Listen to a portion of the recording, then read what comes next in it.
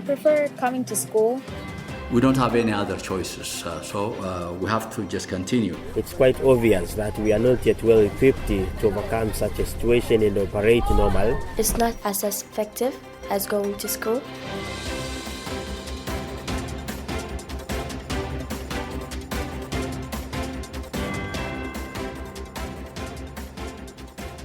Africa is the youngest continent in the world, and the opportunities to develop digital learning and education technologies are endless.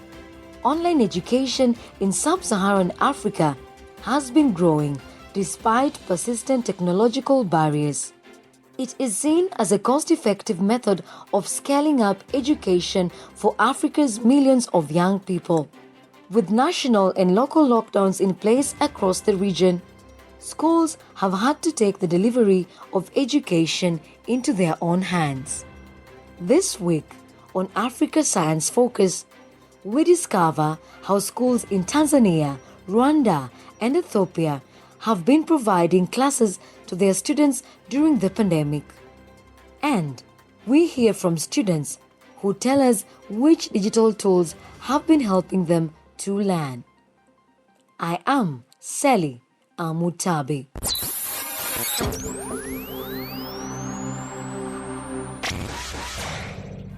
Okay, my name is Msaka Hildefonsi. I'm the Deputy Head of School, Curriculum and Training, Dar es Salaam Independent School. The shutting down on the 17th of March was quite abrupt. So we were not prepared. When we went home, we had to communicate as the school administration to connect with our teachers, discuss through normal forums of WhatsApp, because we were not yet also confident and confident with the Zoom and other media of communication which we could do through videos. After we had communicated, we organized it to start with the Google Classroom. With the Google Classroom, number one, we had to get connection with all the students to have their email addresses. After we had that connection, slowly we started. For the part of the secondary school, within 1 week, we were able to connect with the almost over 75 or 3/4 of our students. And then through Google Classroom, we discussed on how we can start Zoom sessions. Do you feel like the performance improved, it stagnated, or the performance went down a little bit? Yeah, in the actual sense, we can say that like 60% of our students have been able to excel. They have bloomed quite well. But the 15%, I can say we are like completely lost, because some completely were not able to engage or to involve themselves into online learning due to different issues and circumstances. It's quite obvious that we are not yet well equipped to overcome such a situation and operate normal. That was Musaka Idefons, the Deputy Head of Secondary School Curriculum and Training at the Dar es Salaam Independent School in Tanzania, telling reporter Michael Baruti how the school made the sudden switch to digital learning after the COVID-19 outbreak.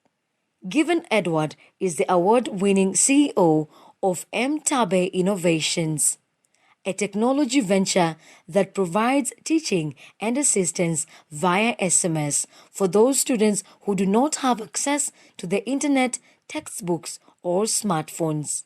Given tells Africa Science Focus reporter Michael Baruti what e-learning is all about. Mm-hmm. So, in a nutshell, if somebody asks you what is e-learning, what would your answer be?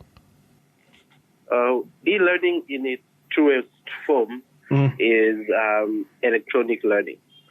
Now, that's important because it then draws contours through which we can use to guide our innovations. So it's any application of technology. I'm being very careful not to say internet, but application of technology to facilitate the whole process of learning. A lot of schools, at least the ones that could afford, opted to do e-learning and online studies.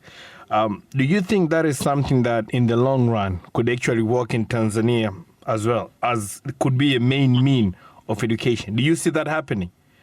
It's not a matter of if, it's just a matter of when, in the aspect that after a while, that's where the world is heading, and that's where we are heading. If there's anything we have learned from COVID, it's that education happens beyond classrooms. Dar es Salaam specifically is expected to be one of the most populous countries in the world within the next 50 years, I believe. And Africa in itself is going to have one of every 3 young people. And so educating these young people is really important. And the one thing that can help educate this big number of young people is technology, because it can reduce cost while increase efficiency in facilitating learning. What can African countries and African institutions do to mainstream e-learning and maximize its advantages? I think the biggest thing that they can do is first to look introspectively on the actual challenges that African students are facing, and not necessarily import e-learning solutions from the West, because the problems from there are quite different from the ones we have here. By the year, I think 2024, the e-learning market is expected to be worth at least 1.8 billion USD. And so it's a very, very big market, 1.8 billion USD available as a market in the African context for education specifically, shows that there is so much of opportunities and windows for innovation where you can create value and capture this market. Given is leading the charge with the e-learning resources with his service Mtabe, which was recently recognized as one of the most innovative edtech startups in sub-Saharan Africa. We created it after realizing a big number of students don't have access to internet platforms, or rather internet in general.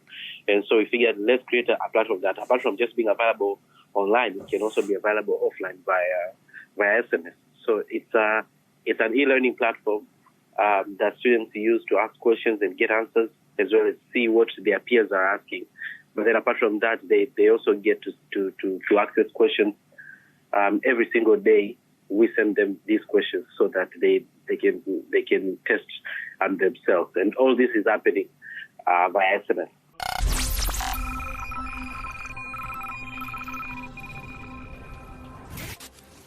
While edtech is growing for some in Africa, the reality is that many government schools have spent the lockdown without any technical support, unable to provide their students with lesson plans or worksheets.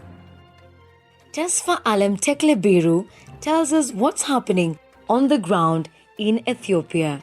And we just advise them, every parent and student, to create, the Telegram channel, and we created the Telegram channel in every grade. We could say that they are effective, really. In such conditions, we don't have any other choices, so we have to just continue giving the lessons or teaching our students the lessons they should get. Omar Sibatu there with our reporter Tesfa Alem Teklebiru from Ethiopia.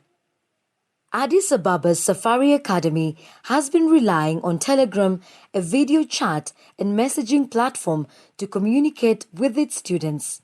Some 30 or 40% of our parents have their own Wi-Fi at their home, but some of our parents or some of our students use, the data, and the data is very slow, and sometimes even they cannot communicate with us.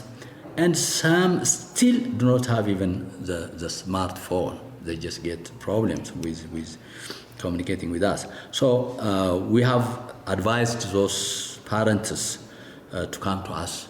They can come with flashes, and sometimes even those parents who cannot use flashes, then we can sometimes give them hard copies by just printing the lessons. tell me your name and which school you come from. Okay, my name is Elias Akmal, and I am grade 11 student in Safari Academy. Can you tell me your experiences on switching from learning in physical classroom space with your teachers to an online e-learning system? Okay, first, it is a new thing for me. It's a new experience for me, which I've never experienced before. It's not effective. I have several reasons for saying this.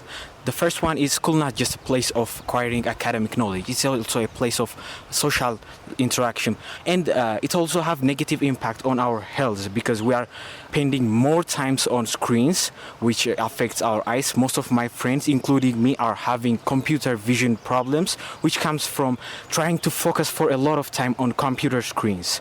And it's affecting our health, so it's not effective as schools. I'm not happy. It's not just me. I usually talk with my friends, share ideas, and now I'm starting to understand why countries are really rushing to reopen schools. It's not as effective as going to school. I used to use by my dad's phone, so he used to go at work. I cannot find his phone like as much as I needed, so it was hard. I really prefer going to school because we will have our teachers beside us. They'll guide us and give us everything that we need. But when you're at home, we don't get that many kinds of supports because my parents are at work, so I used to do it alone. So I really prefer going to school. Elias and Lydia, students at Safari Academy, telling reporter Tesfa Alem what it is like learning from home. While there are plenty of online communication tools available, not everyone has access to the internet, and only a few lucky schools are able to supply these services. So it was the first time your students used this model. Have your students adapted well to this new way of learning? Yeah, I think so. I think they have adapted very well.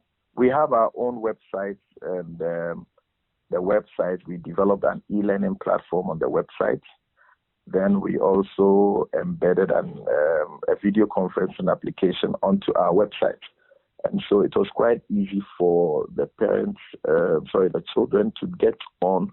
Once you have your code and you have access, then now you can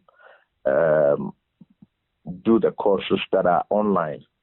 And the teachers are also there. And so the teacher can go live at any particular time. And you can have an opportunity to interact with the teacher, ask questions. The platform also, we had a chat system on the platform, so where it's not a live lesson and it's even a recorded video, the child could pose questions on the chat system that was developed, and they get spontaneous feedback. That was Gabriel Opare, principal of Path to Success International School in Kigali, speaking to our reporter Immaculée Mukazaire. And that ends our episode for this week. Want to know more about what's happening in science in Africa? Send us your questions and we'll find an expert to answer them. Text or voice message on WhatsApp +254 799 042 513. You can subscribe to our program, download episodes, and leave a review at www.scidev.net. Today's program was produced by Harrison Lewis. The editor was Ocheng Ogodo, with reports from journalists Michael Baruti, Immaculée Mukazaire, and Tesfa Alem Tekleberu. I'm Selly Amutabi. See you next Wednesday.